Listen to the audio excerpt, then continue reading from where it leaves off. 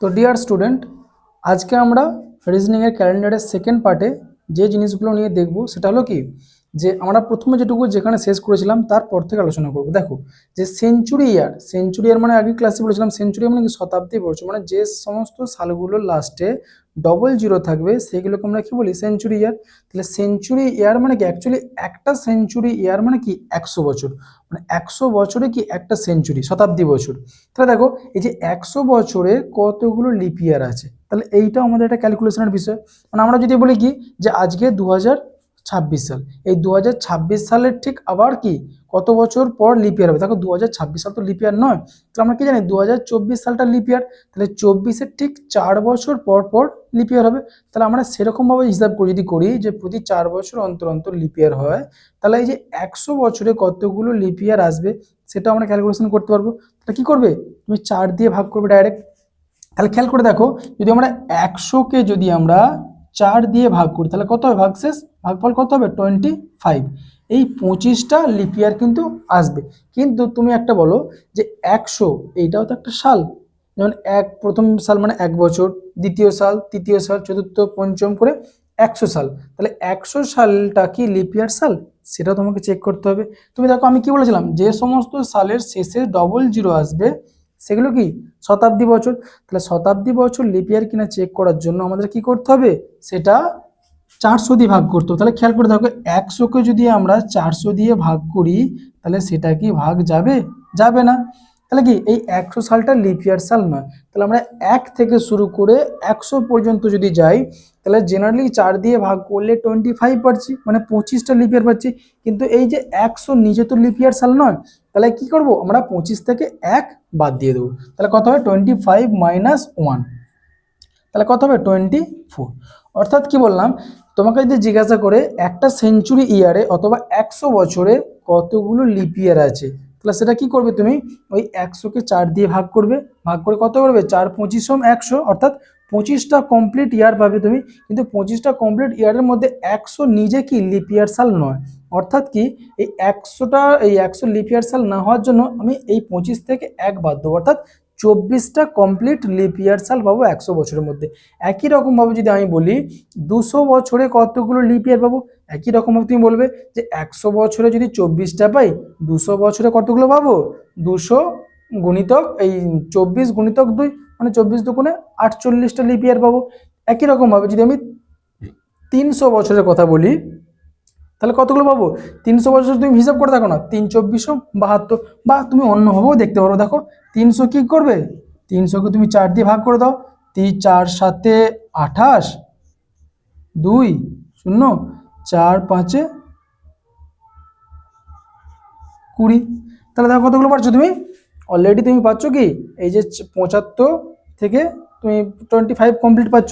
কিন্তু এই 75 মধ্যে এই 75টা কি তোমার পাবে, পাবে না। কারণ কি 100 নিজে লিপ ইয়ার নয়, 200 নিজে লিপ ইয়ার নয়, 300 নিজে লিপ ইয়ার নয়। তাহলে কি হবে, এই 75 থেকে 3 তোমাকে বাদ দিতে হবে। তাহলে কত হবে, 72, অর্থাৎ 72 লিপ ইয়ার পাবে কি 300 বছরে। ক্লিয়ার? দেখো এরপরে যেটা আমরা আলোচনা করব, তাহলে তোমরা নিশ্চয়ই বুঝতে পারছো 400 বছরে কতগুলো লিপ ইয়ার পাবো, সেটা তোমরা নিজেরা করতে পারবে। তাহলে এটা তোমাদের হোমওয়ার্ক থাকলো, 400 বছরে কতগুলো লিপ ইয়ার পাবো। দেখো একটা জিনিস মাথায় রাখার জিনিস, এই 400 বছর কিন্তু নিজে লিপ ইয়ার, তাহলে 400টা কিন্তু বাদ দিলে চলবে না। তাহলে দেখো 400 বছরে আমি দেখো 100টাকে বাদ দিতে পারবো। খেয়াল করে দেখো, আমি যদি 4 দিয়ে ভাগ করি কতগুলো হবে, দেখো 4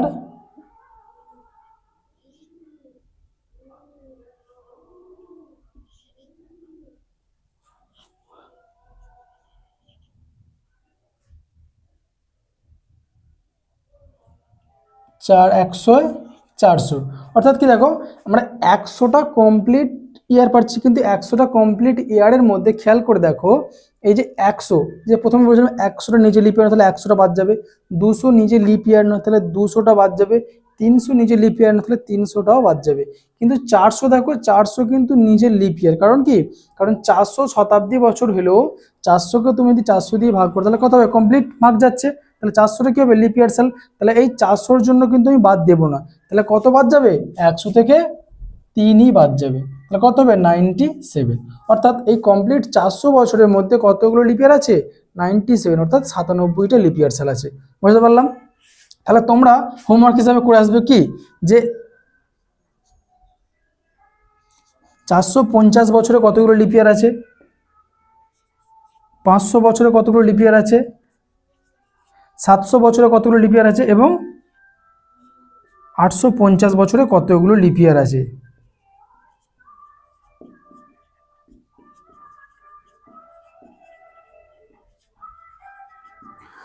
অর্থাৎ কি বললাম, যদি কোনো সাল আমরা লিপ ইয়ার চেক করতে যাই তাহলে জেনারেলি 4 দিয়ে ভাগ করব। তাহলে এই 400 বছরের মধ্যে লিপ ইয়ার কতগুলো আছে সেটা চেক করার জন্য 4 দিয়ে ভাগ করে দেখবো। দেখো কমপ্লিট 100 আছে, কিন্তু 400 বছরটা থেকে 1 থেকে শুরু হয়েছে, তাহলে 1 থেকে শুরু করে 400 বছর পর্যন্ত আসতে গেলে আমাকে 2-3টে শতাব্দী বছর ফেলে আসতে হবে। কি, একটা 100, একটা 200, একটা 300, কিন্তু 100, 200 এবং 300 এদের তিনটের কোনোটাই লিপ ইয়ার সাল নয়। তাহলে এই জন্য কি করলাম, আমি এখান থেকে 3 বাদ দিলাম। তুমি একই রকমভাবে এই যে 450, এই 450কে 4 দিয়ে ভাগ করবে, 4 দিয়ে ভাগ করে যে আনসারটা পাবে সেই আনসার থেকে দেখবে যে কত বাদ দিলে আমার কমপ্লিট লিপ ইয়ার আমি অথেন্টিক পাবো। তাহলে দেখো 100 সালটা কি লিপ ইয়ার না, তাহলে 1 বাদ যাবে, 200 সালটা লিপ ইয়ার না, তাহলে 2টো বাদ যাবে, 300 সালটাও লিপ ইয়ার না, তাহলে 3টে বাদ যাবে, কিন্তু 400 সালটা তো লিপ ইয়ার, 400 বাদ যাবে না। তাহলে কি দেখো আমার 3টেই এখানে বাদ যাচ্ছে। সেম একই রকমভাবে এই যে 500 সাল, এই 500 সালের মধ্যে কটা বাদ যাবে, তোমার 100, 200, 300, 400 যাবে না, আর 500, আরও 100, মানে আরও একটা বাদ যাবে, তাহলে টোটাল 4টে বাদ যাবে। তাহলে তোমরা এই 450, 500, 700, 850 এই সালগুলোর মধ্যে কতগুলো লিপ ইয়ার সাল আছে সেটা ক্যালকুলেশন করে দেখবে এবং পরের ক্লাসে আমাকে জানাবে। দেখো এরপর আমরা যেটা দেখব সেটা হলো,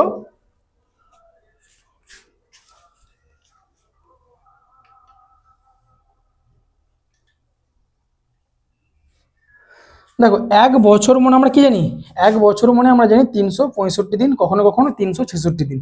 তাহলে দেখো এই 365 দিন যদি আমরা এটাকে সপ্তাহে কাউন্ট করি, তাহলে তুমি খেয়াল করে দেখো 365, এটাকে তুমি যদি 7 দিয়ে ভাগ করো, 7 5 35, বিয়োগ করলে 1 15, তাহলে 7 2 14, এই 1 কি থাকছে, এই 1 থাকছে ভাগশেষ।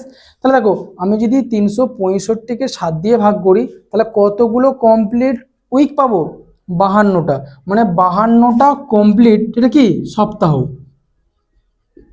অর্থাৎ কি দেখো 365 দিন মানে 1 বছর মানে কি 52 সপ্তাহ, একদিন এক্সট্রা, মানে এই একটা দিন কি আর সপ্তাহের মধ্যে পড়ছে না, তাহলে 52 সপ্তাহ কমপ্লিট, মানে সোম থেকে শুরু করে সোম পর্যন্ত হয়ে আরও একটা দিন এক্সট্রা হয়ে যাচ্ছে, কারণ কি 52 সপ্তাহ একদিন। তাহলে আমরা 52 সপ্তাহ একদিন কি 365 দিনের জন্য বলতে পারি। কিন্তু দেখো আবার যদি আমার 365 দিনের জায়গায় 366 দিনে বছর হয়, মানে যেটা কি বলছি লিপ ইয়ার বছর, তাহলে লিপ ইয়ার বছরের ক্ষেত্রে আমরা কি বলতে পারি, দেখি তুমি 7 দিয়ে যদি ভাগ করে থাকো, 7 5 7 35, 1 6 7 2 14, তাহলে কত হচ্ছে দেখো 2 ভাগশেষ থাকছে।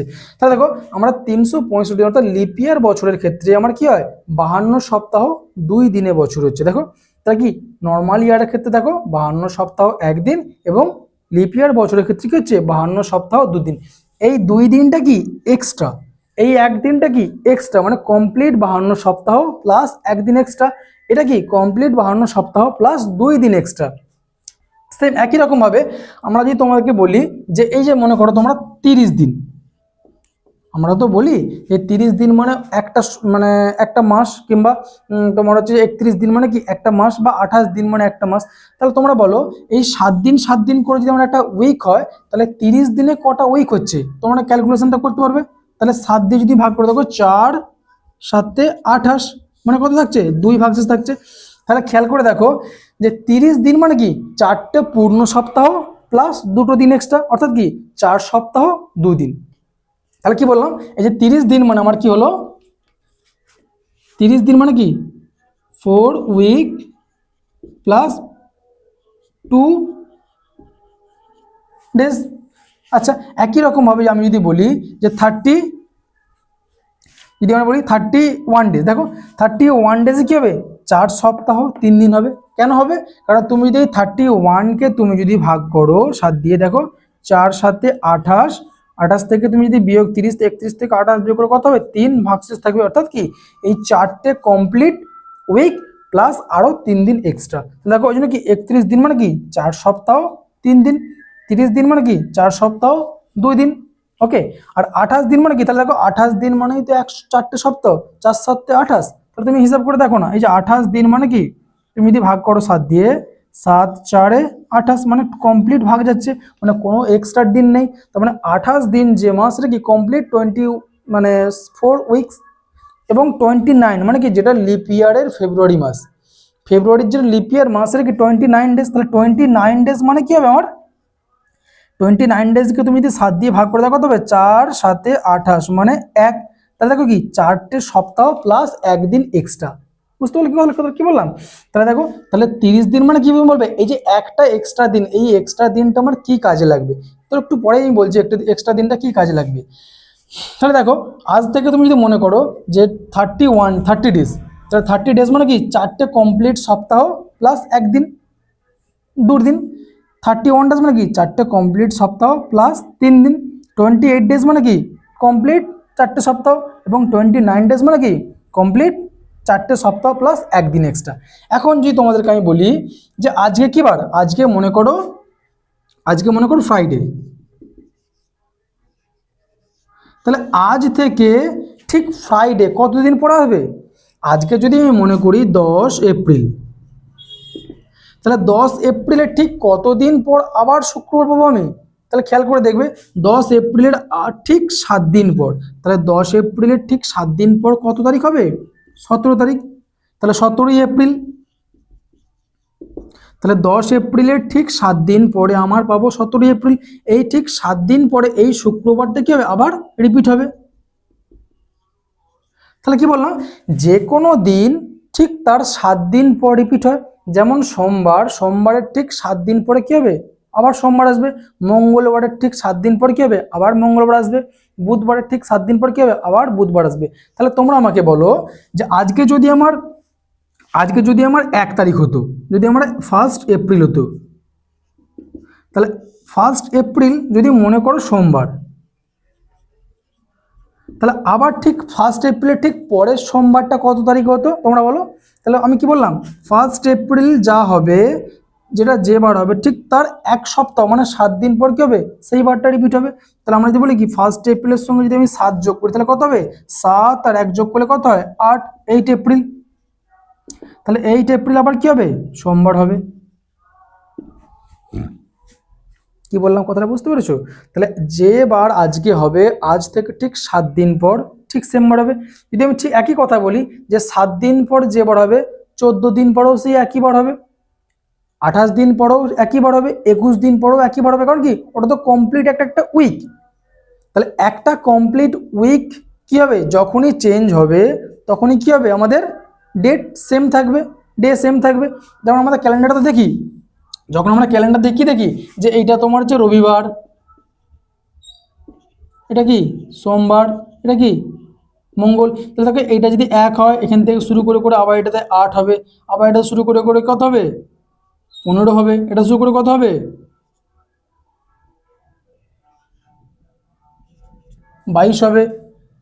তাহলে কি, এই দেখো টোটাল 7 দিন পর পর কি হচ্ছে, রিপিট হচ্ছে। তাহলে এই যে 7 দিন পর পর যে রিপিটেশনটা আসছে, সেটা কি, এই যে প্রত্যেকটা উইকের রিপিটেশন। দেখো আজ থেকে 1 সপ্তাহ পর 7 দিন মানে 8 তারিখ, তারও 1 সপ্তাহ পর 15 তারিখ, তারও 1 সপ্তাহ পর 22 তারিখ। তাহলে কি সব রবিবারের ক্যাটাগরিতে পড়ছে।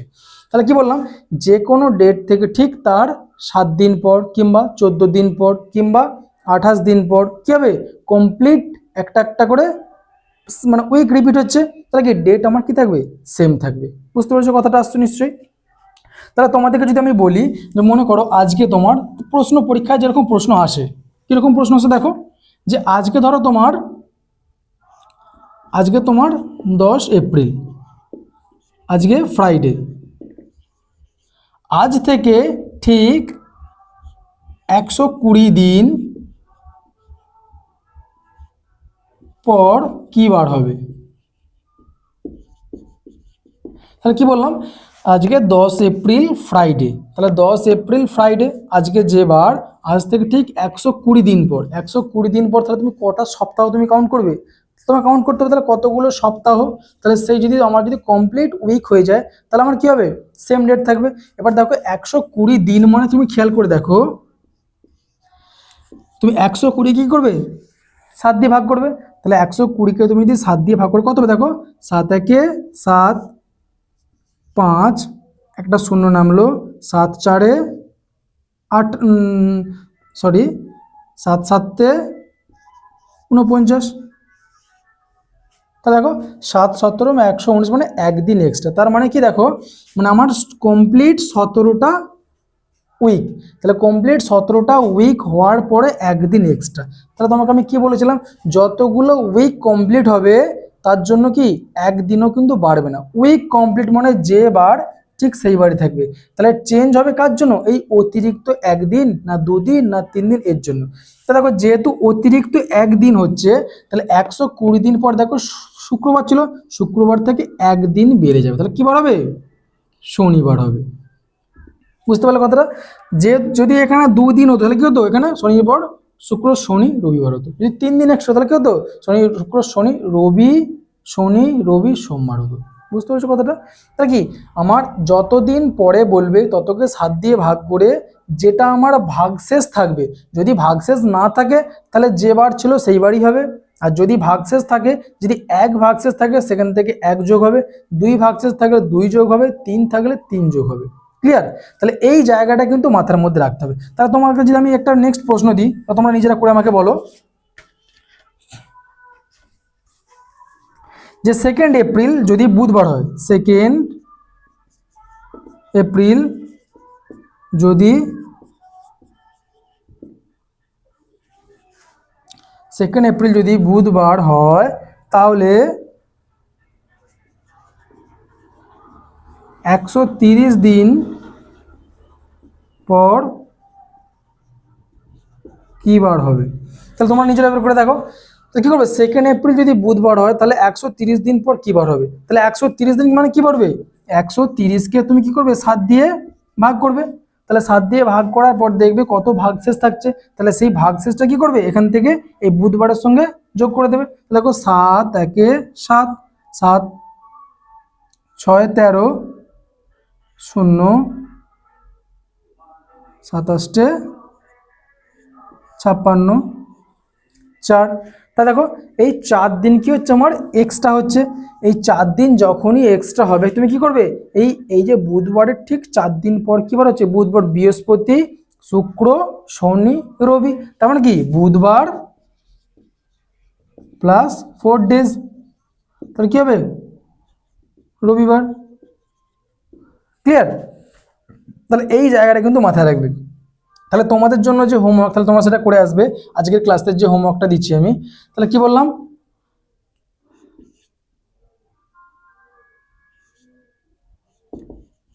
20 জুন যদি স্যাটারডে হয়, সেখান থেকে 210 দিন পর কি বার হবে।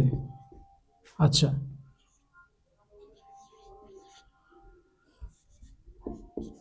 17ই মার্চ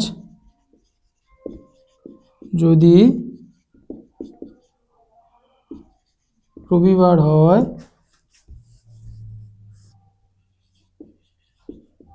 তাহলে এখান থেকে 56 দিন পর কি বার হবে। তাহলে দুটো তোমরা করে আসবে। তাহলে দেখো 20 জুন স্যাটারডে যদি হয় 210 দিন পর কি বার হবে, এবং 17ই মার্চ যদি রবিবার হয় তাহলে সেখান থেকে 56 দিন পর কি বার হবে। আচ্ছা, এর সঙ্গে আরেকটা জিনিস কনসেপ্ট বলে রাখি, যেটা কি, যে আমরা পরের বার হলে মানে কি 57 দিন পর হলে কি করছি, যোগ করছি সেখান থেকে। যদি আমি তোমাকে বলতাম যে 56 দিন আগে কিংবা 220 দিন আগে কিংবা 100 দিন আগে কি বার ছিল, তখন কি করতে, এই যে একই রকম করতে, শুধু যে এই যে ভাগশেষ যেটা হচ্ছে সেটা কি করতে, ওই ডেট থেকে পিছনের দিকে যেতে, মানে কি আজকে যদি তোমার হতো কি সোমবার, তাহলে সোমবার থেকে 4 দিন পরে না গিয়ে সোমবারের 4 দিন আগে যেতে, তাহলে কি হবে, সোমবার মনে করো আমি একটা অ্যাজ ফর এক্সাম্পল বলছি কি, আজকে আজকে মনে করো তোমার 15 আগস্ট, আগস্ট মনে করো তোমার সোমবার। তাহলে আজ থেকে 65 দিন আগে কি বার ছিল? অর্থাৎ আমি কি বললাম কথাটা, যে আমার আজকে 15ই আগস্ট মনে করো সোমবার, তাহলে আজ থেকে 65 দিন আগে কি বার ছিল? তাহলে কি করবে তুমি 65কে কি করবে, এই 7 দিয়ে ভাগ করবে। তাহলে 7 7 49, 27 56, 7 9 63, 7 9 63, মানে কত ভাগশেষ থাকছে? 2 ভাগশেষ থাকছে।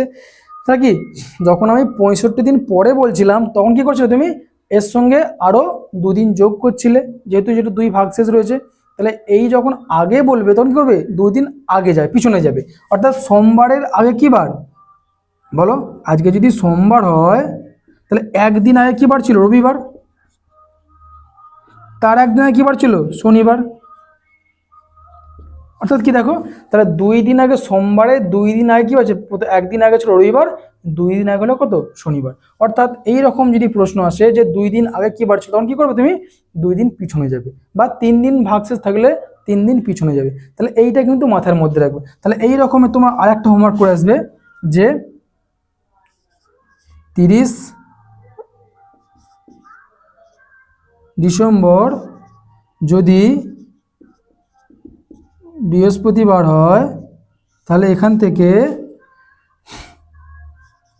330 দিন আগে কি বার? তা কি বললাম, 30শে ডিসেম্বর যদি বৃহস্পতিবার হয় তাহলে সেখান থেকে 330 দিন আগে কি বার ছিল, এইটা তোমরা নিজেরা বাড়ি থেকে করে আসবে। তাহলে চলো আজকের ক্লাসে এই পর্যন্তই, এবং এর পরবর্তী ক্লাসে আমরা যেটা শিখবো সেটা কি, কোন তারিখ কি বার হবে সেটা আলোচনা করবো। তাহলে আজকের ক্লাসে আমরা কি শিখলাম, যে আজ থেকে 20 দিন পর, আজ থেকে 30 দিন পর, আজ থেকে 1 মাস আগে, আজ থেকে 2 মাস আগে কি বার হবে বা কি বার হতে পারে, সেই জিনিসটা আমরা খুব সহজেই বের করতে পারবো। কি করে? 7 দিয়ে ভাগ করব, যেটা রিমাইন্ডার থাকবে সেই রিমাইন্ডার থেকে হয় যোগ করব বা পিছনের দিকে আসবো। আশা করি বুঝতে পেরেছো। চলো আজকের ক্লাস এই পর্যন্তই।